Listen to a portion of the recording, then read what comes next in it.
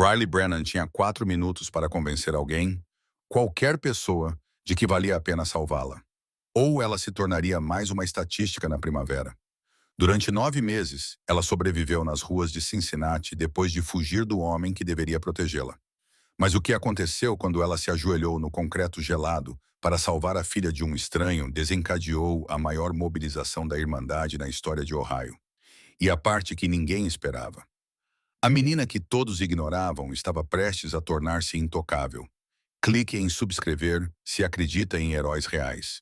Comente de onde está a assistir e partilhe isto com alguém que precise de lembrar que ainda existem protetores. Agora, deixe-me contar-lhe sobre o dia em que Riley Brennan se tornou intocável. Por favor, não morra. Por favor, não consigo ver mais ninguém morrer. As palavras saíram entrecortadas, desesperadas, entre compressões que os braços desnutridos de Riley mal conseguiam manter. 8 minutos. Ela estava a fazer RCP há 8 minutos. Os seus pulsos doíam onde a antiga fratura nunca tinha sarado direito. A sua visão estava turva devido à exaustão, à pneumonia e a 9 meses sem comer o suficiente. Mas ela não podia parar.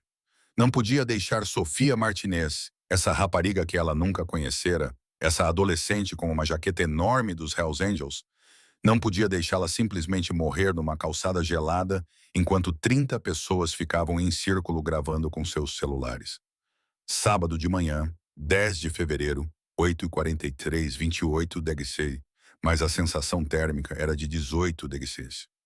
Riley estava sentada encostada na parede de tijolos do lado de fora da Riverside Roastery há 3 horas, tentando absorver o calor através de um copo de café descartado que ela tirou do lixo, observando as pessoas entrarem e saírem da cafetaria artesanal como se ela fosse invisível, o que ela era para a maioria delas. O casaco com capuz azul marinho grande que ela usava, tamanho XL masculino, com punhos desgastados e um buraco na manga direita, não servia para quase nada contra o inverno de Ohio. Os tênis rosa de cano alto nos seus pés estavam presos com alfinetes de segurança e fita adesiva. 44 quilos, 1,63 kg, 17 anos, mas parecendo ter mais perto de 14, porque a fome faz isso. Faz-te mais pequena, faz-te desaparecer. Ela já tinha sido rejeitada 4 vezes naquela manhã. O jovem casal com casacos de inverno a condizer que se afastou como se ela tivesse uma doença quando ela pediu trocos. O idoso que chamou o barista para perguntar se ela podia estar ali, falando sobre Riley na terceira pessoa enquanto ela estava ali mesmo. A universitária com um livro de trabalho social que disse: "Estou a estudar, não posso ajudar-te", sem sequer levantar os olhos. Mas a quarta rejeição, essa destruiu algo que Riley não sabia que ainda tinha para destruir. Progressão narrativa orquestrada com detalhes sensoriais e batidas emocionais. Ótimo! Estou a estabelecer a cena. Agora preciso de continuar com a quarta rejeição, o grupo da igreja, a rejeição hipócrita. Depois, passar para o colapso de Sofia e a ação de Riley. Preciso de usar âncoras sensoriais, o som dos tênis dela, a imagem das mãos dela, etc. E abrir loops. Deixa-me continuar a construir a primeira fase em direção ao momento do apelo. O grupo da igreja, 4 mulheres na casa dos 50 e 60 anos, todas vestindo camisetas iguais do Ministério Faith in Action. Riley ouviu-as a planear um evento de apoio aos sem-abrigo, discutindo como ajudar pessoas como ela. A ironia era tão forte que Riley podia senti-la. Ela aproximou-se cuidadosamente, com voz suave, e perguntou se elas sabiam de algum abrigo com vagas. A líder olhou para Riley como se ela fosse um problema a ser resolvido, não uma pessoa a ser ajudada. Querida, esmolas não ajudam. Você precisa assumir a responsabilidade pelas suas escolhas. Deus ajuda aqueles que se ajudam. O som da porta da cafetaria a abrir salvou Riley de ter de responder. Ela recuou, voltou para o seu lugar junto à parede de tijolos e envolveu o tronco com os braços magros. Porque é isso que se faz quando se tenta tornar-se mais pequeno, tentar ocupar menos espaço num mundo que deixou claro que não há espaço para si. Foi então que Sofia Martinez saiu. 16 anos, cabelo escuro preso num rabo de cavalo, vestindo a jaqueta de couro Hells Angel do pai, porque ela a havia emprestado naquela manhã. E ele riu e disse: Fica melhor em ti, Mira. Sofia deu 3 passos. A mão dela foi para o peito. A chávena de café escorregou dos dedos dela e se estilhaçou na calçada gelada. Riley viu tudo em câmera lenta. A forma como os olhos de Sofia se arregalaram. A forma como os joelhos cederam. A forma como o corpo bateu no betão com um som que ecoaria nos pesadelos de Riley durante meses. E à volta deles, 20, 30 pessoas. A azáfama da manhã de sábado. Telemóveis imediatamente a gravar, a observar através dos ecrãs. Ninguém se mexeu. Ninguém se baixou para ajudar. E Riley entendeu algo naquele instante. Algo sobre como o mundo funciona. Sobre como as pessoas podem testemunhar o sofrimento e ainda assim escolher o conforto em vez da coragem. Sobre como é fácil filmar uma tragédia, mas como é assustador tocá-la. Os seus tênis grandes arranharam o concreto enquanto ela se levantava. O arrastar dos pés se transformou em uma corrida. 12 metros percorridos em segundos que pareceram horas. A mochila a balançar, o pulso quebrado a doer, os pulmões já lutando contra uma pneumonia, ardendo a cada respiração. Ela caiu de joelhos ao lado de Sofia, as mãos já se movendo para a posição correta, a voz da mãe na cabeça. Sarah Brennan, enfermeira do pronto-socorro por 15 anos antes do acidente de carro que levou tudo. Sarah, que ensinou Riley a fazer RCP aos 12 anos, porque nunca se sabe quando você será a única pessoa que poderá ajudar. Riley verificou a respiração. Nada. Verificou o pulso. Não. Alguém ligue para o 112. A sua voz falhou, rouca por falta de uso e pela exposição ao frio. Mas as suas mãos já estavam entrelaçadas, já posicionadas no externo de Sofia, já começando as compressões. 1, 2, 3, 4, 5. O ritmo que a sua mãe lhe ensinara. A batida de Staying Alive, música estúpida. Tempo perfeito. 30 compressões, 2 respirações. Repetir, não parar. Nunca parar até que a ajuda chegue ou a pessoa respire. O ETA 30 compressões na profundidade certa significam que os braços ardem. Os ombros gritam para alguém do tamanho de Riley. Desnutrida, fraca, já doente. Significava ultrapassar limites que ela não sabia que tinha. Após 2 minutos, a sua visão começou a ficar turva. Após 4 minutos, sentiu o gosto de sangue na boca por morder o lábio para se manter concentrada. Após 6 minutos, lágrimas escorriam pelo seu rosto porque esta menina não podia morrer. Não podia simplesmente morrer enquanto todos assistiam. Por favor, soluçou Riley, sem parar as compressões. Por favor, não morra. Por favor, não consigo ver mais ninguém morrer. O círculo de câmaras de telemóveis à sua volta parecia um julgamento, como espectadores numa execução, a gravar o desespero de Riley, a gravar o seu fracasso, porque a Sofia ainda não respirava. O que Riley não viu, não conseguiu ver através das lágrimas e da exaustão.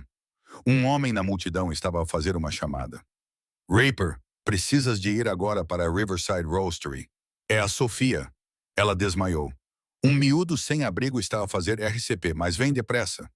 Miguel Ripper Martinez estava a 3 metros de distância quando o seu telemóvel tocou. Capitão da estrada do capítulo de Ohio dos Hells Angels, 39 anos. Ex-médico da Marinha com 2 missões no Iraque, salvou 40 vidas em combate. Um novo trauma quando ouviu isso. Ele estava na sua moto em 30 segundos, rugindo pelas ruas de Cincinnati a velocidades que o teriam levado à prisão se ele se importasse com qualquer coisa, exceto chegar à sua filha. 7º minuto. Os braços de Riley tremiam tanto que ela mal conseguia manter as compressões. As suas mãos, marcadas por queimaduras de corda e com uma velha queimadura de cigarro nas costas da mão direita, escorregavam com o suor, apesar do frio. Vamos, sussurrou ela. Vamos, vamos, vamos. 8º minuto. O peito de Sofia deu um solavanco. Um suspiro úmido e desesperado. Os seus olhos se abriram sem foco, aterrorizados, mas abertos. Riley recostou-se a tremer, a soluçar. As mãos cobertas de manchas de café e areia da calçada. 8 minutos de RCP, 2 minutos a mais do que a maioria das pessoas consegue manter compressões eficazes. Ela ultrapassou todos os limites físicos do seu corpo. Sirenes à distância aproximando-se, e então um som que abafou tudo o resto. O rugido profundo e estrondoso de um motor de motocicleta sendo levado ao limite. A Harley Davidson de Miguel Martinez explodiu no estacionamento. Ele saiu da moto antes que ela parasse completamente. 1,88 m, 109 quilos de couro, tatuagens e fúria protetora. Ele absorveu a cena de uma só vez. A sua filha no chão, o oxigênio voltando ao seu corpo. Os paramédicos acabando de chegar e essa adolescente esquelética sentada no concreto gelado, parecendo que estava prestes a se despedaçar em 1000 pedaços. Os seus olhos se encontraram. Miguel já tinha visto pessoas feridas antes. Em Fallujah, em Ramani, em hospitais de campanha onde rapazes com idade suficiente para votar sangravam em macas de lona. Ele sabia como era a sobrevivência, o que ela custava. Esta rapariga tinha sobrevivido a algo, a várias coisas, o tipo de coisas que esvaziam a pessoa e deixam apenas o seu âmago. Ele moveu-se lentamente, deliberadamente, da maneira como se aproxima de algo ferido que pode fugir. Ajoelhou-se diante de Riley, sem nunca quebrar o contato visual. Então tirou o casaco de couro, com o emblema dos Hells Angels visível por baixo, e colocou-o sobre os ombros trêmulos de Riley. O casaco era enorme nela, quente devido ao calor do corpo dele, cheirava a couro e a escape de motocicleta, e a algo que Riley quase tinha esquecido que existia. Segurança. Salvaste a vida da minha filha. A voz de Miguel era firme, calma. A voz de um homem que fez promessas em zonas de guerra e as cumpriu. Agora estás segura. Riley não conseguia falar. Só conseguia olhar para aquele homem que parecia todos os estereótipos de perigo que toda a sua vida a ensinara a temer. Tatuagens cobrindo ambos os braços, cicatrizes nos nós dos dedos, um nome de estrada como Reaper que deveria tê-la lá aterrorizado. Mas ele deu-lhe o seu casaco, colocou o corpo entre ela e a multidão que ainda filmava, fez contato visual, direto, firme, inabalável. Viu-a, realmente viu-a. Então, ele fez algo que comoveu Riley completamente. Miguel colocou o punho direito sobre o coração e estendeu-o em direção a Riley, com a palma para cima. O sinal dos motociclistas de profundo respeito, de dívida de sangue. Obrigado, disse ele. Obrigado por não ter ido embora. Da maca, Sofia estendeu a mão fracamente. A sua mão encontrou a máscara de oxigênio de Riley, embaciando a cada respiração que ela não teria se não fosse por este estranho. Obrigada, sussurrou Sofia. Obrigada por não ter ido embora. O caderno de Riley caiu da sua mochila enquanto os paramédicos a ajudavam a levantar-se. Páginas cobertas com a caligrafia da sua mãe de anos atrás. Instruções de RCP, notas de anatomia, e entradas mais recentes, datas e horas, palavras que ela escreveu literalmente porque sabia que um dia elas poderiam ser a única prova que ela teria. Miguel percebeu isso. Percebeu a terminologia médica, a documentação cuidadosa, a maneira como Riley se movia, favorecendo o pulso esquerdo, a respiração superficial de alguém lutando contra uma infecção. Qual é o seu nome? Perguntou ele baixinho. Riley, sua voz mal acima de um sussurro. Riley Brennan. Riley. Miguel acenou com a cabeça uma vez. Sou o Miguel. Os meus irmãos chamam-me Reaper e preciso que compreendas uma coisa. Salvaste a minha filha. Isso significa que agora estás sob a proteção do clube. Não é caridade. É uma dívida de sangue. Compreendes? Riley abanou a cabeça. Não compreendia. Não conseguia processar o que estava a acontecer porque 9 meses na rua lhe tinham ensinado que coisas boas não aconteciam a raparigas como ela. Vais vir conosco, continuou Miguel, para o hospital. Precisas de cuidados médicos. Não discutas.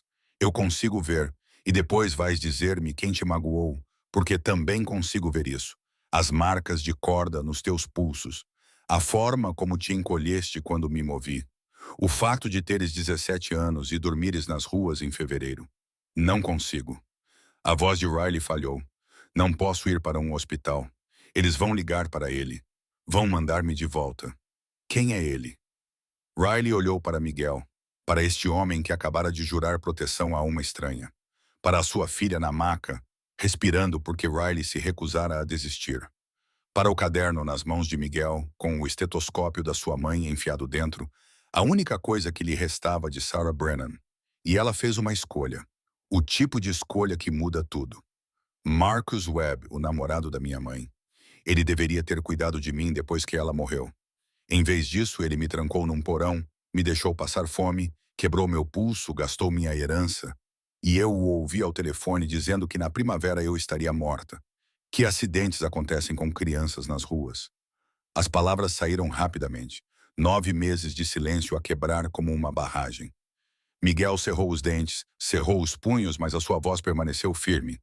Quanto é a herança? 180 mil dólares do seguro de vida da minha mãe. Eu sou a beneficiária, mas ele é o administrador até eu fazer 18 anos. Isso é daqui a 9 meses. Ele já gastou a maior parte, e se eu morrer antes de novembro, ele fica com o que sobrar. Miguel levantou-se, pegou o telemóvel e fez uma ligação que mudaria tudo. Padre, é o ceifador. A sua voz havia mudado. Comando militar. Preciso de todos os irmãos num raio de 300 de quilômetros no clube agora. Uma pausa. A voz do outro lado da linha disse algo. Temos uma menor, 17 anos. Fugiu de maus tratos. O tutor gastou a herança dela e está à espera que ela morra na rua para poder ficar com o resto. Ela acabou de salvar a vida da Sofia. Outra pausa. Sim, todos eles. Miguel olhou para Riley. A linha caiu e foi tudo o que precisava, porque é isso que significa irmandade. Em 30 minutos, os telefones em todo o Ohio estavam a tocar. Mensagens de texto a voar, chamadas de emergência para todos os membros, todos os candidatos, todos os irmãos que já usaram o colete dos Hells Angels. No centro médico da Universidade de Cincinnati, Riley sentou-se numa sala de exames enrolada no casaco de Miguel. Uma médica, a doutora Patricia Vasquez, que mais tarde se tornaria fundamental para tudo, trabalhava gentilmente, documentando ferimentos, tirando fotografias, observando desnutrição grave, pneumonia não tratada, fraturas parcialmente curadas e IMC de 14,8. A doutora Vasquez disse calmamente, Riley, você está perigosamente abaixo do peso. O seu corpo está a começar a desligar-se. Mais um mês assim. Ela não terminou. Não precisava. Miguel sentou-se num canto, em silêncio, absorvendo cada palavra, cada prova. O pulso? Ele perguntou. Partido há 11 meses. Nunca foi devidamente tratado. Sarou incorretamente. Ela precisará de cirurgia para corrigir isso eventualmente. Mas agora precisamos tratar da desnutrição e da infecção. E as queimaduras da corda? A doutora Vasquez olhou nos olhos de Miguel. Consistentes com restrição prolongada, semanas, possivelmente meses, a pele mostra traumas repetitivos. Miguel acenou com a cabeça uma vez, pegou o telemóvel novamente. Desta vez, ligou para outra pessoa, alguém cujo apelido era Bones, porque Gerald Thompson passou 20 anos como detetive de homicídios em Cincinnati antes de se aposentar mais cedo devido à corrupção que testemunhou. Bones, preciso de você na UC Medical agora e traga o fio. Temos um caso para construir. 30 minutos depois, Gerald Thompson entrou na sala de exames. Com 52 anos, ainda se comportava como um polícia. Conhecia a lei de cor e salteado. Sabia quais regras podiam ser contornadas e quais limites nunca podiam ser ultrapassados. Atrás dele vinha Jason Park, 28 anos, o membro mais jovem, ex-inteligência do Exército, capaz de extrair provas digitais de dispositivos que as pessoas pensavam ter apagado completamente. Riley contou a sua história novamente, desta vez com mais detalhes. A progressão do abuso, o isolamento, as falhas do sistema. Liguei para o CPS há 8 meses, disse Riley. Eles vieram à casa. Marcos mostrou-lhes um quarto falso, não o depósito na cave onde eu realmente ficava. Mostrou-lhes registros falsos de ensino em casa. O assistente social disse que tudo parecia bem. Caso encerrado. O nome do assistente social? Perguntou Bones, anotando tudo. Robert Hayes. E tentaste registrar uma queixa na polícia. Riley acenou com a cabeça. Há 6 meses fui à esquadra do Distrito 1 e disse-lhes que estava a ser mantida contra a minha vontade. O agente ligou ao Marcos. O Marcos apareceu com documentos a dizer que eu tinha problemas comportamentais e um historial de mentiras. O agente disse-me para parar de desperdiçar o tempo da polícia e mandou-me de volta com ele. A voz dela quebrou-se. A punição por essa tentativa foi severa. Bones e Wire trocaram olhares. Sabiam o que isso significava. Conheciam o padrão. E o aspecto financeiro? Perguntou Wire. Mencionaste herança. Riley tirou o caderno da mochila. As páginas estavam protegidas por um saco plástico. Dentro havia datas, horários, Conversas que ela tinha ouvido, extratos bancários que ela tinha fotografado antes de fugir, documentos de seguro. A minha mãe morreu há 14 meses. Acidente de carro, colisão com um único carro. Marcos disse que era gelo na estrada, mas o relatório do acidente dizia que estava 7 graus naquela noite. Não havia gelo e os freios estavam muito gastos, mesmo que o carro tivesse apenas 3 anos. Jesus, Wire suspirou. A apólice de seguro pagou $180 mil para mim.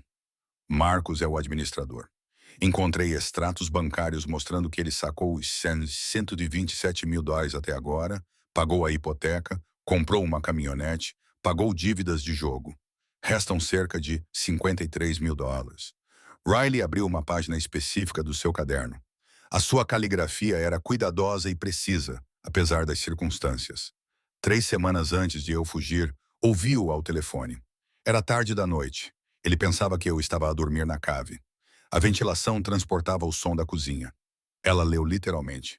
Marcos disse: "Sim, eu sei que parece mal, mas o dinheiro está quase a acabar de qualquer maneira. Ela faz 18 anos em novembro. Então, eu perco o controle de tudo. Não estou a sugerir nada.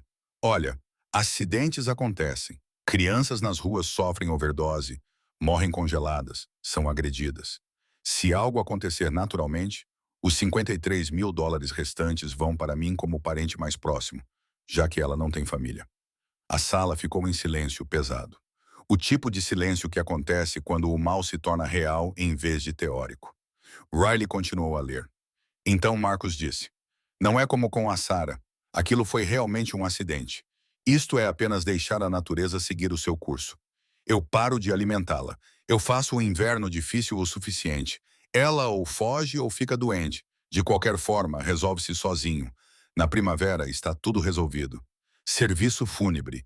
História triste sobre uma adolescente problemática. E eu posso finalmente seguir em frente com a minha vida." Bones fechou o caderno, olhou para o fio e depois para Miguel. "Precisamos do Priest", disse Bones, "porque isto não é apenas para proteger a Riley. É para garantir que Marcus Webb nunca mais veja a luz do dia." Miguel acenou com a cabeça, olhou para a Riley. "Disseste que o teu aniversário é em novembro. Quando exatamente?" 3 de novembro. 9 meses. É o tempo que precisas para sobreviver, para recuperar a tua herança, para te livrares legalmente dele." Miguel inclinou-se para a frente. "Riley, juro pela vida da minha filha, pelo fôlego que acabaste de devolver a ela. Aquele homem nunca mais vai tocar em ti. Agora estás sob a proteção do clube. Isso não é caridade. É uma dívida de sangue. Nós protegemos os nossos, e tu acabaste de te tornar uma de nós. Compreendes? Já não estás sozinha." Ele estendeu a mão. Riley olhou para ela, condicionada a esperar mal das mãos dos homens adultos. Mas Miguel esperou, não pressionou, apenas a manteve ali, oferecendo, não exigindo. Lentamente, Riley colocou a sua mão fina e marcada por cicatrizes na mão calejada e tatuada dele. Ele apertou-a gentilmente, mas com firmeza. A outra mão cobriu as duas. "Pela minha honra como pai e irmão, agora estás segura." E pela primeira vez em 9 meses, Riley acreditou que talvez pudesse estar. O que Riley não sabia, ainda não podia saber, era que a 80 quilômetros de distância, Victor Priest Dalton estava a ler a mensagem de texto de Miguel. O presidente do clube, com 58 anos, ex-capelão do exército que se tornou líder dos Hells Angels, um homem que havia perdido a própria filha para a violência doméstica há 15 anos. E desde então, passava todos os dias a garantir que nenhuma outra criança sofresse o mesmo destino. Priest leu a mensagem 2 vezes, depois levantou-se, caminhou até o centro do clube e fez um anúncio que repercutiria em 3 divisões de Ohio. "Irmãos, temos uma rapariga de 17 anos chamada Riley Brennan, que acabou de salvar a vida da filha do Reaper. Ela está nas nossas ruas há 9 meses, fugindo de um homem que deveria protegê-la. Um homem que roubou a sua herança e está ativamente a espera que ela morra para ficar com o dinheiro. Um homem que matou a mãe dela pelo dinheiro do seguro e agora planeia fazer o mesmo com ela." A sala ficou em silêncio. 40 homens, todos vestindo os seus coletes, todos à espera. Isto não é um pedido de voluntários. É uma mobilização. Quero todos os irmãos de Cincinnati, Columbus e Cleveland prontos para partir amanhã ao amanhecer. Vamos investigar Marcus Webb. Vamos construir um caso que o colocará na prisão pelo resto da sua miserável vida. E vamos garantir que Riley Brennan sobreviva para ver o seu 18º aniversário. Priest olhou ao redor da sala para os homens que lutaram em guerras, que perderam pessoas, que escolheram a irmandade acima de tudo. Todos a favor, por um momento? Nada. Apenas o tic-tac do relógio na parede e o som distante do trânsito lá fora. Então todas as mãos se levantaram, sem hesitação, sem uma única voz dissidente.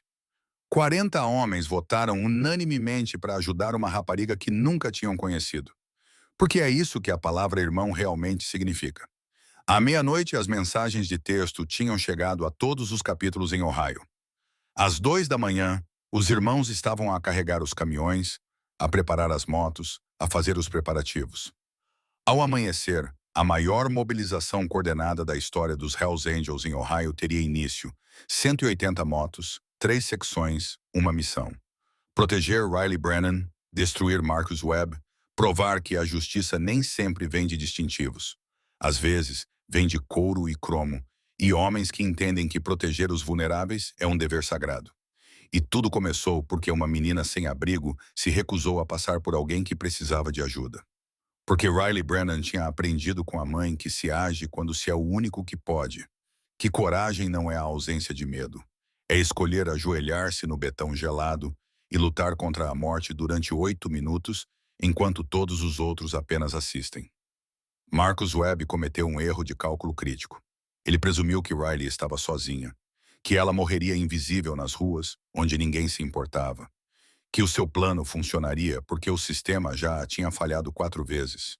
O que ele não levou em conta foi que, às vezes, as pessoas que parecem mais perigosas são exatamente aquelas que queimariam o próprio inferno para proteger um inocente. E os Hells Angels estavam prestes a lhe ensinar essa lição de uma forma que ele nunca esqueceria. O amanhecer chegou a Cincinnati às 6h47 da manhã do dia 11 de fevereiro.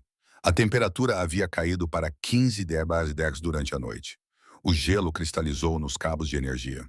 As janelas embaçaram com a condensação e, de 3 direções diferentes, começou a ouvir-se um estrondo. Não era o tempo, eram motores. O estrondo começou baixo, distante, como uma tempestade a aproximar-se do horizonte.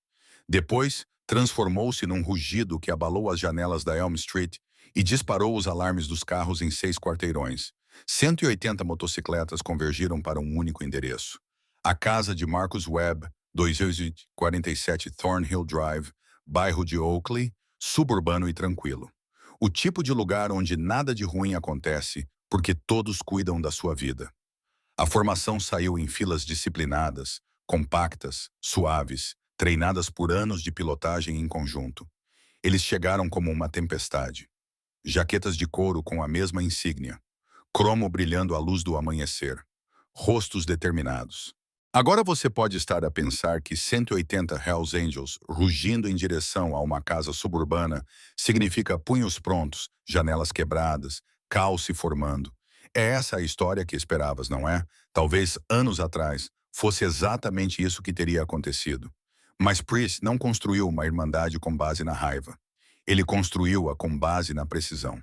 As motos estacionaram em formação perfeita ao longo de ambos os lados da Thornhill Drive, os motores desligando-se em ondas até que apenas o silêncio permanecesse. O silêncio repentino após todo aquele barulho parecia pesado e expectante. 180 homens ali parados, sem se mexer, sem gritar, simplesmente presentes. Uma parede de couro, tatuagens e poder controlado. Priest estava no centro. Victor Dalton, 58 anos, barba prateada, bem aparada, óculos de leitura pendurados numa corrente ao pescoço, ex-capelão do exército que aconselhava soldados que passavam por situações difíceis. Perdeu a sua filha Jessica há 15 anos para um namorado que a espancou até a morte, enquanto os vizinhos ouviam gritos e não faziam nada. Desde então, todos os casos se tornaram pessoais. Ele olhou para os irmãos reunidos. Miguel Ripper Martinez, à sua direita, o homem cuja filha deu início a tudo isto. Gerald Bones Thompson, à sua esquerda, o ex-detetive com 20 anos de experiência em como os sistemas funcionam. Jason Wire Park, atrás deles com sacos de equipamento cheios de ferramentas forenses. E Patricia Doc Vasquez, a única mulher oficial do clube, enfermeira de urgências, que tinha trabalhado com a mãe de Riley, Sarah, anos atrás, reconheceu imediatamente o estetoscópio. Todos compreenderam a missão. A voz de Priest transmitia a autoridade sem volume. Esta é uma operação de recolha de provas. Não estamos aqui para vingança. Estamos aqui para construir um caso tão irrefutável que Marcus Webb passe o resto da vida numa jaula. Fazemos isto da maneira certa. Fazemos isto legalmente. E fazemos isto de forma tão minuciosa que todos os sistemas que falharam com Riley terão de responder por isso. Todos acenaram com a cabeça. Rostos sombrios, homens que compreenderam a missão. Bones Wire. Tu ficas com os documentos. Doc, ligação médica, coordena com os médicos de Riley. Reaper, tu vens comigo. Vamos de porta em porta nesta rua, recolhendo depoimentos de testemunhas, vizinhos que viram coisas e não disseram nada. A operação começou com a eficiência coordenada de homens que andavam juntos há anos. Não era um protesto alimentado pela raiva. Era uma posição pacífica, com precisão militar. Wire aproximou-se primeiro da casa de Marcus, não para arrombar.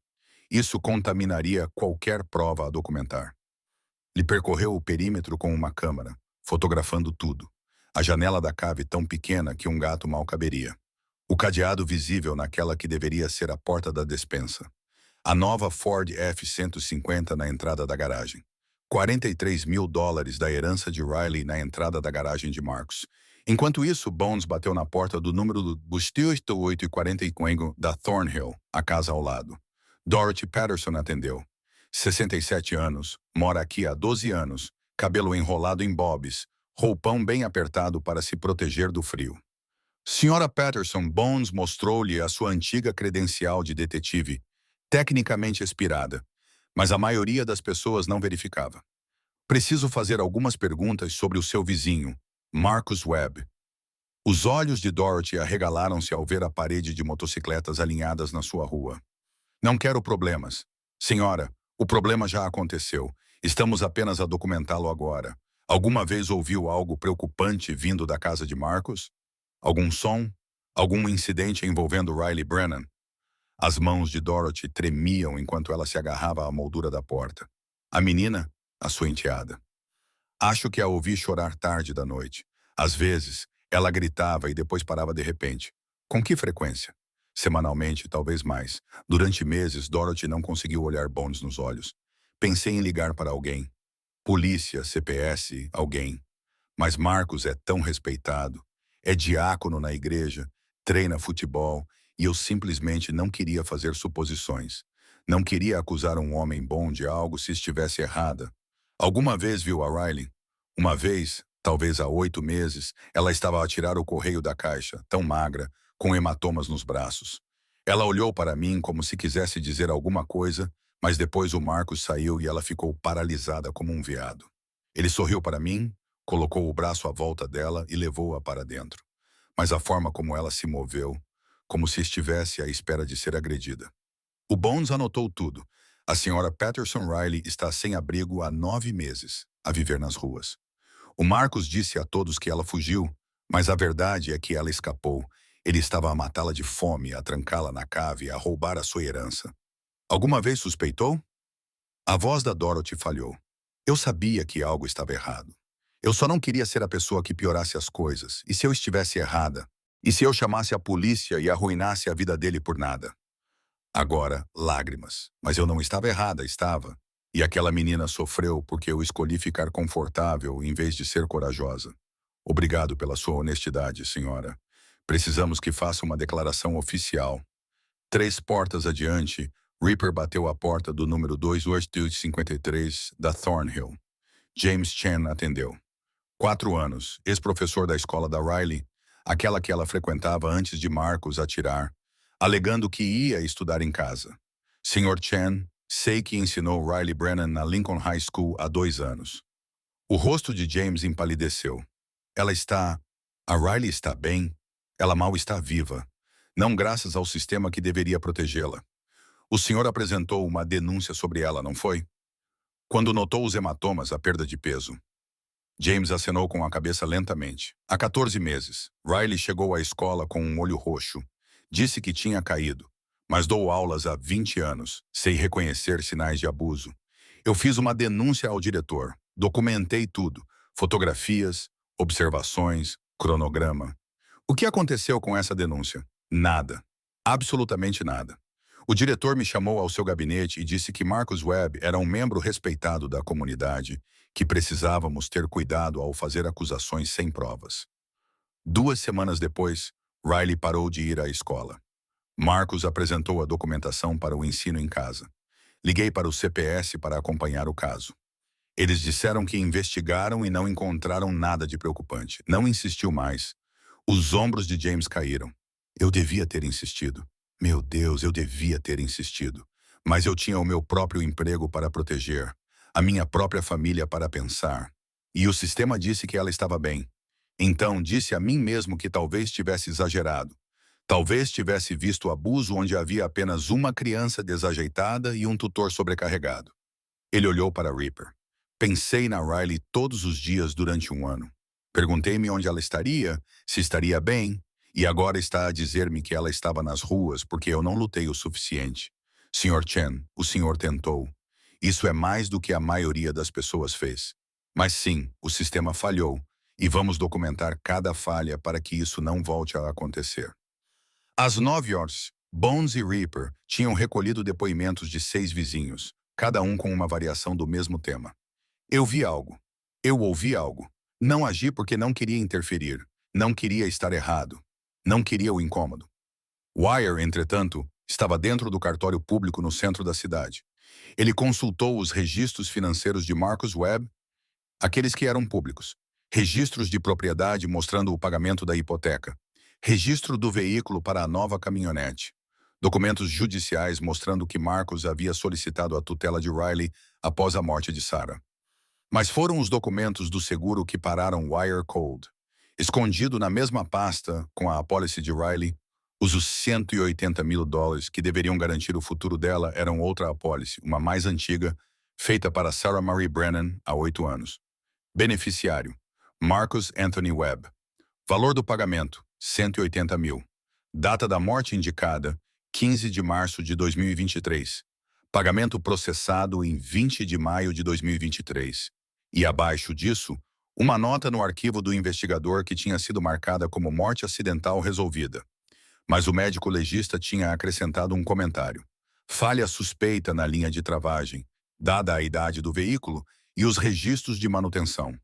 Recomenda-se uma investigação mais aprofundada. Essa recomendação tinha sido ignorada. Wire pegou no telemóvel, ligou para Bones. Temos um padrão. A morte de Sarah Brennan não foi um acidente. Marcus matou-a pelo dinheiro do seguro. E em seguida posicionou-se como tutor de Riley para roubar também a herança dela. Esta é a sua segunda vítima. Bones transmitiu essa informação a Priest. O presidente do clube fechou os olhos e respirou lentamente. Quando os abriu novamente, a sua voz era firme. Então, vamos garantir que não haja um terceiro fio. Obtenha todos os registros financeiros aos quais você tenha acesso legal. Quero ver cada dólar que Marcus gastou dos 2 pagamentos. Bones, entre em contato com o médico legista que trabalhou no caso de Sarah.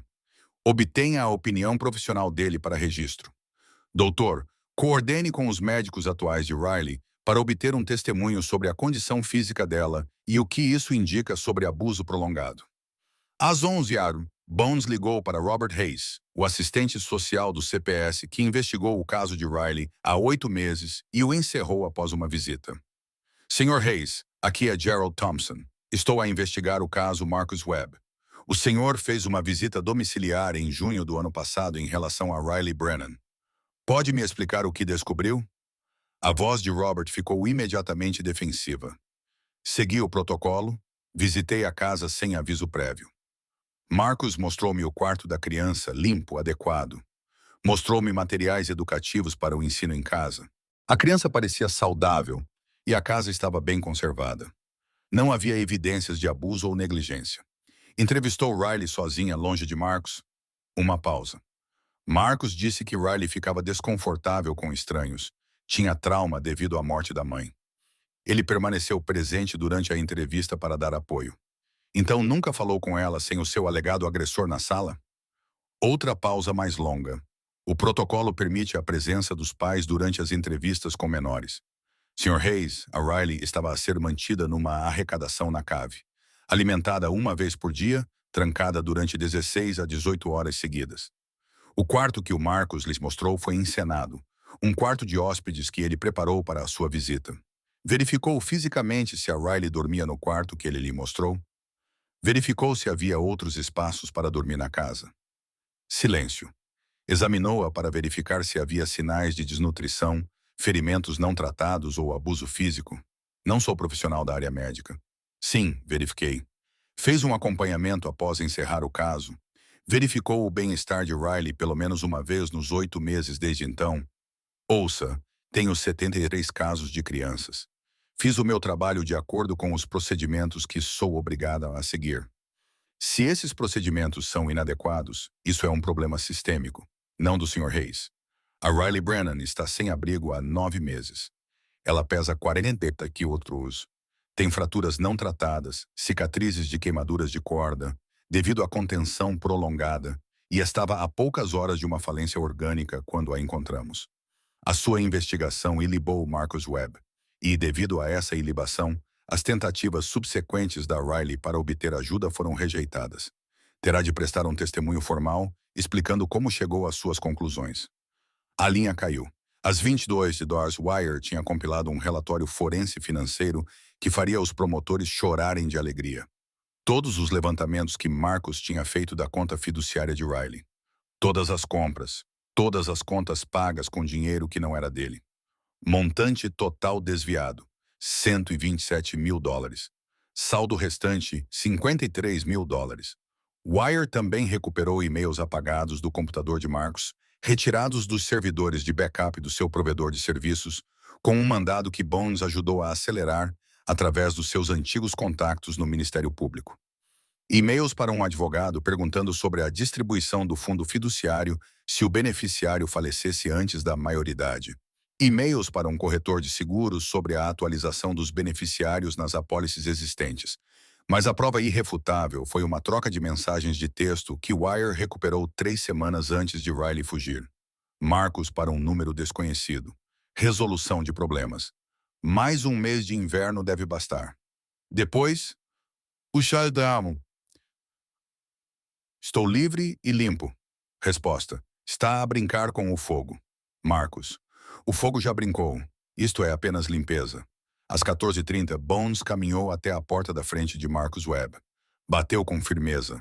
Marcus atendeu, barbeado, óculos de leitura no nariz, vestindo calças caqui e uma camisa polo. Ele estava a consertar a sua caminhonete. Tinha a graxa nas mãos, uma chave inglesa na bancada visível através da porta da garagem. Parecia confuso, irritado, como um homem interrompido durante uma tarde normal de sábado de manutenção doméstica. Posso ajudar? Atrás de Bones, 180 motocicletas alinhavam-se na rua. 180 homens vestidos de couro, observando, esperando. Marcus Webb. Sim, sou Gerald Thompson, ex-polícia de Cincinnati. Estou aqui por causa da Riley Brennan. Bones observou o rosto de Marcus cuidadosamente, procurando por sinais. Sabemos que ela está sem abrigo há 9 meses. Sabemos sobre o porão, a fome, a herança roubada e sabemos o que disse ao telefone sobre deixar acidentes acontecerem com crianças nas ruas. A expressão de Marcus não mudou. Suave, treinada. Não sei do que estão a falar. A Riley fugiu há 9 meses. Tenho procurado por ela. Registrei um boletim de ocorrência de pessoa desaparecida e tudo mais. Engraçado. Nós consultamos esse boletim. O senhor registrou-o há 8 meses. Um mês depois de ela desaparecer, e o senhor marcou-a como uma fugitiva crônica com problemas comportamentais. Sem alerta âmbar, sem busca ativa, apenas um rasto de papel para se proteger. A Riley tem problemas. Problemas emocionais decorrentes da morte da mãe. Tentei ajudá-la, mas ela recusou. Temos registros bancários que mostram que levantou $127 mil da conta fiduciária dela, pagou a hipoteca, comprou uma carrinha. Temos depoimentos de vizinhos que ouviram a Riley a gritar. Temos o testemunho da antiga professora dela, que apresentou denúncias de abuso que foram ignoradas. Temos provas médicas que mostram fome prolongada e restrição. E temos o caderno de Riley, onde ela documentou, palavra por palavra, a sua conversa telefônica sobre esperar que ela morresse para que pudesse receber os restantes 53 mil dólares. O rosto de Marcos ficou cuidadosamente inexpressivo. Gostaria de falar com o meu advogado. É o seu direito. Bones recuou. Polícias. 3 viaturas da polícia de Cincinnati pararam. A detetive Amanda Chen saiu. Procuradoria do Condado de Hamilton, 38 anos. Inicialmente cética quando Bones lhe trouxe este caso naquela manhã. Agora não estava mais cética. Marcus Anthony Webb está preso.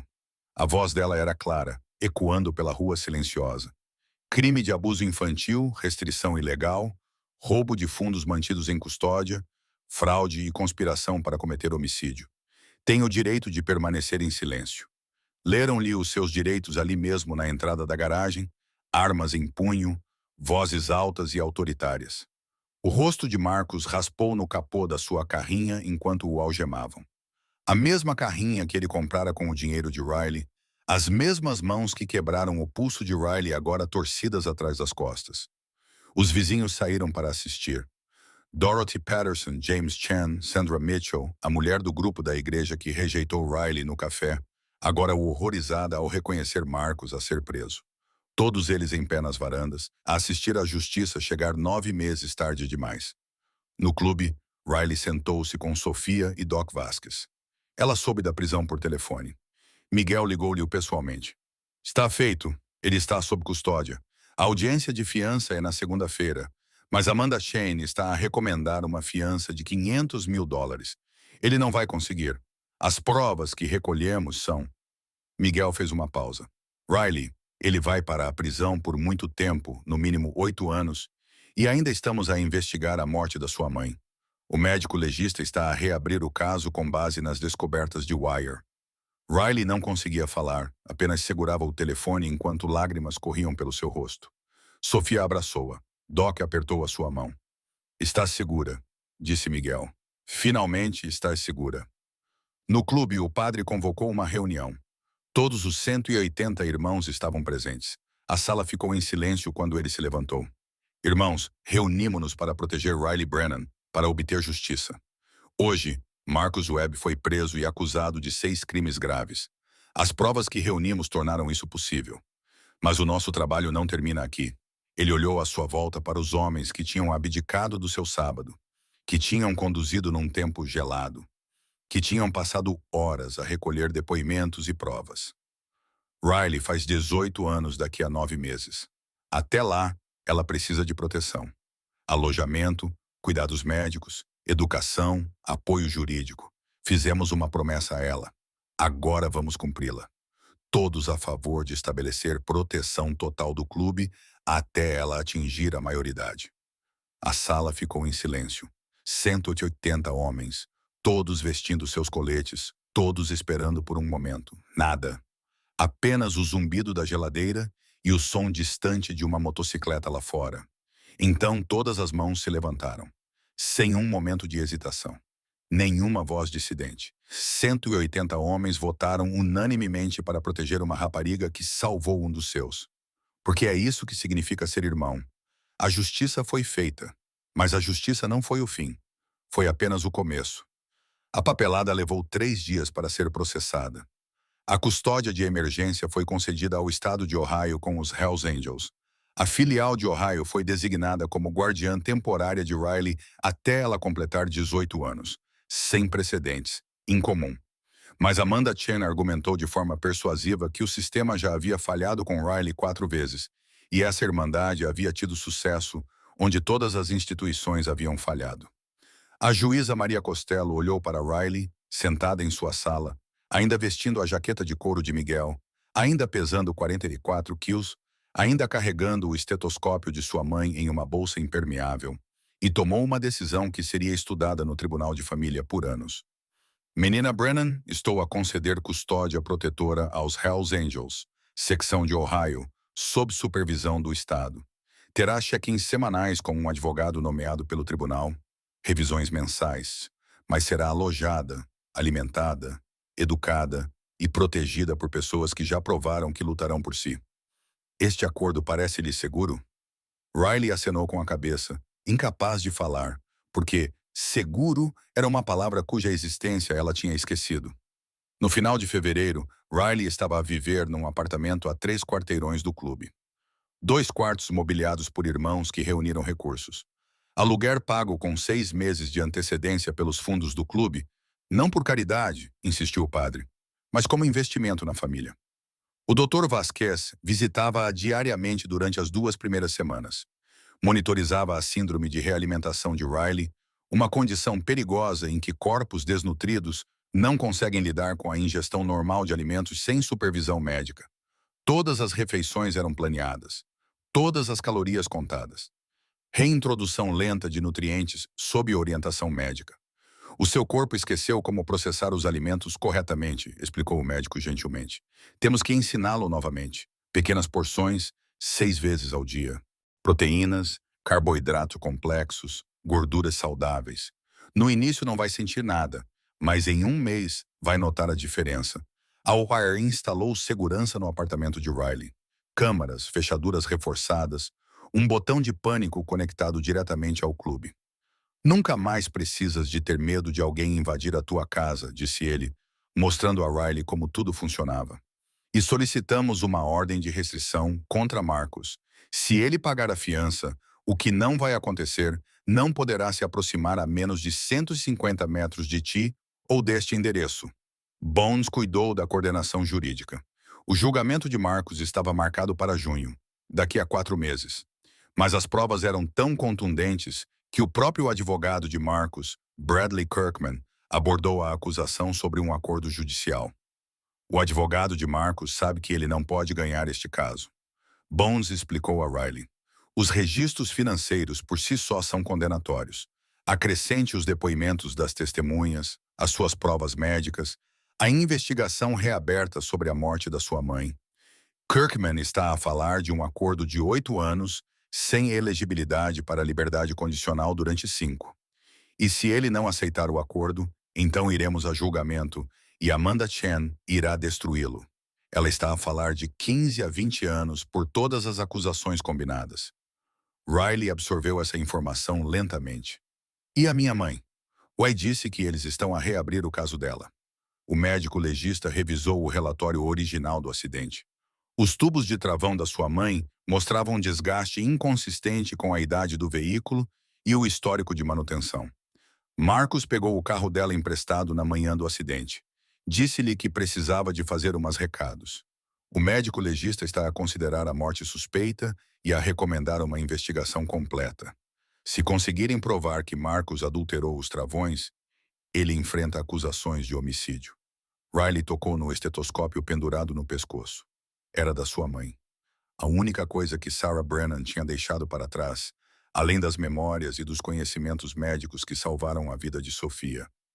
Ótimo, sussurrou Riley. Ela também merece justiça. Reaper tornou-se o principal mentor de Riley. Todas as terças e quintas-feiras, ele ia buscá-la para o que chamava de sessões de recuperação. Às vezes, era apenas um pequeno almoço num restaurante, ensinando Riley que era normal comer em público, que ninguém iria tirar a comida dela, que ela podia pedir o que quisesse.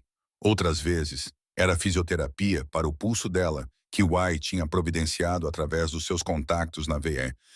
Salvaste a vida da minha filha, disse Miguel uma manhã, enquanto comiam panquecas. Isso significa que agora também és minha filha. Não substituindo a tua mãe, ninguém poderia. Mas tens uma figura paterna, se quiseres. Alguém que te ensinará a andar de bicicleta, que aparecerá nos eventos da escola, que garantirá que sabes que és importante. Riley chorou no seu sumo de laranja. O tipo de choro que mistura alívio e tristeza. Sofia tornou-se a melhor amiga de Riley. A primeira amiga verdadeira que Riley teve em 2 anos. Elas tinham a mesma idade. Sofia tinha 16 anos e Riley tinha 17. Mas as suas experiências não podiam ser mais diferentes. Sofia cresceu segura, amada e protegida. Riley cresceu e depois teve tudo isso arrancado dela. Mas Sofia nunca tratou Riley como um caso de caridade. Nunca olhou para ela com pena. Apenas amizade, pura e descomplicada. Queres vir ao meu jogo de futebol no sábado? Sofia perguntou numa tarde. Elas estavam a estudar juntas no apartamento de Riley. Sofia ajudava Riley a recuperar 2 anos de educação perdida. O meu pai vai levar metade do clube como minha torcida pessoal. É embaraçoso, mas também meio incrível. Riley sorriu. Um sorriso verdadeiro. O primeiro em meses. Sim, eu gostaria muito. Em março, Riley tinha ganhado 5,4 quilos. Ainda estava abaixo do peso, mas não mais em estado crítico. A pneumonia desapareceu com antibióticos. A cirurgia corretiva no pulso estava marcada para abril, com pinos e placas para reposicionar o osso corretamente. Depois, fisioterapia. O Dr. Vasquez também trabalhou com os médicos de Riley para organizar a terapia. Aconselhamento de trauma 2 vezes por semana com a doutora Sarah King, especializada em sobreviventes de abuso. A cura não é linear, explicou a doutora King na primeira sessão. Em alguns dias, você se sentirá forte. Outros dias, sentir-se-á como se estivesse de volta àquele porão. Ambos são normais. Ambos fazem parte do processo. Riley aprendeu a falar sobre o porão, a fome, o isolamento, a conversa que ouviu e que a levou a fugir. Aprendeu que a sua hipervigilância, constantemente à procura de saídas, recuando com movimentos repentinos, era um mecanismo de sobrevivência que a mantinha viva, mas que não precisava controlá-la para sempre. E, lentamente, ao longo de semanas, que se transformaram em meses, Riley começou a acreditar que poderia realmente sobreviver, não apenas fisicamente, mas emocionalmente. Que a menina que Sarah Brennan criara, curiosa, corajosa, gentil, ainda poderia existir sob todo o trauma. Em abril, Marcus Webb aceitou o acordo judicial. 8 anos na prisão estadual, sem direito à liberdade condicional por 5 anos. Ele cumpriria a pena na instituição correcional de Lebanon, a 2 horas de Cincinnati. Longe o suficiente para que Riley nunca o encontrasse acidentalmente. No dia da sentença, Riley sentou-se no tribunal com Miguel de um lado e Sofia do outro. O padre e o médico atrás deles, Bones perto da mesa do promotor e a câmera atrás documentando tudo. O juiz Costello olhou para Marcus, vestindo um macacão laranja e algemado, e proferiu uma declaração que seria citada em todas as notícias sobre o caso. Sr. Webb, foi-lhe confiada a guarda de uma menor que acabara de perder a mãe. Em vez de a proteger, aprisionou-a. Em vez de a cuidar, deixou-a passar fome. Em vez de honrar a memória da mulher que confiou em si, matou-a por dinheiro e depois tentou fazer o mesmo com a filha dela. É um predador que usava uma máscara de respeitabilidade enquanto cometia atos de crueldade calculada. O tribunal condena-o a 8 anos de prisão estadual. Eu só gostaria que a lei me permitisse dar-lhe mais. Marcus olhou para Riley uma vez, apenas uma vez. E o que Riley viu em seu rosto não foi remorso. Foi raiva por ter sido pego. Mas Riley não recuou. Não desviou o olhar. Apenas olhou de volta com a força de alguém que sobreviveu ao pior e saiu do outro lado. Após a sentença, Amanda Chen abordou Riley no corredor do tribunal. Quero que saiba uma coisa. Este caso mudou a forma como o nosso gabinete lida com denúncias de abuso. Estamos a implementar novos protocolos, entrevistas individuais obrigatórias com menores, visitas de acompanhamento, melhor formação para os assistentes sociais. Isso não vai trazer de volta o tempo que perdeu, mas pode salvar o próximo Riley Brennan. Riley acenou com a cabeça. Ótimo, isso é muito bom. Fora do tribunal, a imprensa estava à espera. Câmaras, repórteres a gritar perguntas. Miguel posicionou-se entre Riley e a multidão, criando um escudo. Outros irmãos formaram um círculo protetor. Wire já tinha divulgado uma declaração em nome de Riley. Ela não daria entrevistas, não seria explorada pelo seu trauma. Mas o padre falou em pé nos degraus do tribunal, com 180 irmãos atrás dele. Hoje foi feita justiça. Mas esta história não é sobre motociclistas, emblemas ou jaquetas de couro. É sobre uma rapariga de 17 anos que escolheu a coragem em vez do conforto, que salvou a vida de um estranho quando todos os outros apenas assistiram, que sobreviveu a 9 meses de inferno porque se recusou a desaparecer. Riley Brennan é tudo o que há de certo neste mundo, e Marcus Webb representa tudo o que há de errado. Nós protegemos-lhe porque é isso que uma família faz. E continuaremos a protegê-la até que ela não precise mais de nós. 6 meses depois, a 3 de novembro, no 18º do aniversário de Riley, o clube estava decorado com serpentinas e balões, um bolo. Chocolate com cobertura de baunilha, o favorito de Riley, estava sobre uma mesa rodeada de presentes. 75 pessoas amontoavam-se no espaço, irmãos e suas famílias. Sofia e as suas amigas do futebol, Doc Vasquez, Bones e Wire, Amanda Chen, que se tornou amiga durante o processo legal, a doutora Kim, terapeuta de Riley, e até o juiz Costello, que aprovou a tutela. Riley estava no centro, vestindo jeans que realmente serviam no seu corpo de 54 quilos, uma camiseta dos Hells Angels, que Sofia lidera como piada, mas que Riley usava com orgulho, o pulso em uma tala devido à cirurgia que finalmente corrigira a fratura. O cabelo limpo e aparado, preso num rabo de cavalo arrumado, as olheiras desapareceram. As bochechas ficaram mais cheias, os olhos ainda carregavam sombras, mas também refletiam luz. Ela parecia ter 17 anos. Finalmente parecia ter a sua idade. Miguel trouxe o bolo. Todos cantaram os parabéns. Riley soprou as velas e fez um desejo que, pela primeira vez, parecia possível, em vez de desesperado. Depois, Priest chamou Riley à parte e entregou-lhe um envelope. O que é isto? Abra. Dentro havia um extrato bancário. A conta fiduciária em nome de Riley. Saldo de 53.847 dólares. 2. A herança restante que Marcos não tinha roubado, mais outros 42 mil dólares angariados pelos capítulos dos Hells Angels em Ohio, Michigan e Kentucky. Irmãos que tinham ouvido a história de Riley e queriam ajudar. É seu, disse Priest.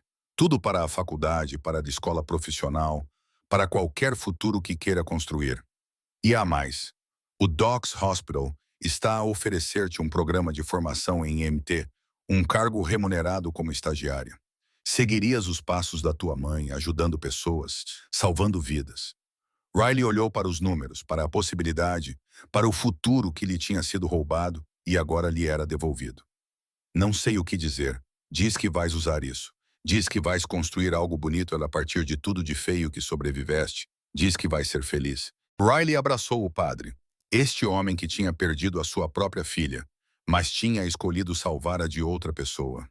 Que tinha mobilizado uma irmandade porque acreditava que proteger os vulneráveis era sagrado. Obrigada, sussurrou ela, por me ver quando eu era invisível. Nunca foste invisível, Riley. Estavas apenas rodeada de pessoas que optaram por não olhar. Mas quando alguém realmente te vê, quando alguém decide que és importante, já não pode ser ignorada. As estatísticas do caso de Riley foram cuidadosamente documentadas, arquivadas nos tribunais e serviços sociais e utilizadas para a reforma política. As denúncias de bullying nas escolas do condado de Hamilton caíram 43% depois que os Hells Angels criaram o Angels Watch, um programa de monitoramento de jovens em risco. O CPS implementou entrevistas individuais obrigatórias com menores e visitas de acompanhamento dentro de 30 dias após qualquer denúncia de abuso. Ohio aprovou a Lei Riley, exigindo auditores financeiros para todas as contas fiduciárias envolvendo menores com pais falecidos. 4 outros distritos em Ohio adotaram programas semelhantes de supervisão por tutores. Riley se inscreveu no programa EMT. Começou as aulas em janeiro. Descobriu que tinha o dom da mãe, a capacidade de manter a calma em situações de crise, de enxergar além do sangue e do pânico e ver a pessoa que precisava de ajuda. Ela se ofereceu como voluntária no mesmo hospital onde Doc trabalhava. Começou a atender chamadas com paramédicos e salvou 3 vidas nos primeiros 6 meses de trabalho. Ela foi para o quadro de honra todos os semestres, tornou-se presidente da organização estudantil MT, começou a dar palestras em escolas secundárias sobre como reconhecer sinais de abuso e como ajudar. Mas esta história não é realmente sobre estatísticas, programas ou mudanças políticas. É sobre o que acontece quando uma pessoa decide agir em vez de assistir. Quando alguém escolhe ajoelhar-se no betão gelado por 8 minutos, mesmo que esteja a morrer. Quando a coragem se parece com um adolescente desnutrido que se recusa a deixar um estranho morrer enquanto todos os outros apenas filmam. E é sobre o que acontece quando as pessoas que a sociedade mais teme acabam por ser os protetores mais gentis. Quando jaquetas de couro e motores de motocicletas se tornam símbolos de segurança em vez de perigo. Quando uma irmandade construída com base na lealdade prova que família não tem a ver com laços sanguíneos. Tem a ver com quem aparece quando você está a afogar-se. Se alguma vez se sentiu invisível, saiba isto. Não estás. Alguém te vê. Talvez ainda não. Talvez não hoje. Mas há pessoas neste mundo que lutarão por ti no momento em que te tornares visível. Quem se mobilizará? Quem se colocará entre ti e o perigo? Quem te dará o casaco quando estiveres com frio e a proteção quando estiveres a ser perseguido? Há Riley Brennans em todo o lado. Crianças a cair nas fendas, adultos a serem abusados atrás de portas fechadas, pessoas a sofrer enquanto o mundo passa. E na maioria das vezes, não os vemos porque é mais fácil desviar o olhar.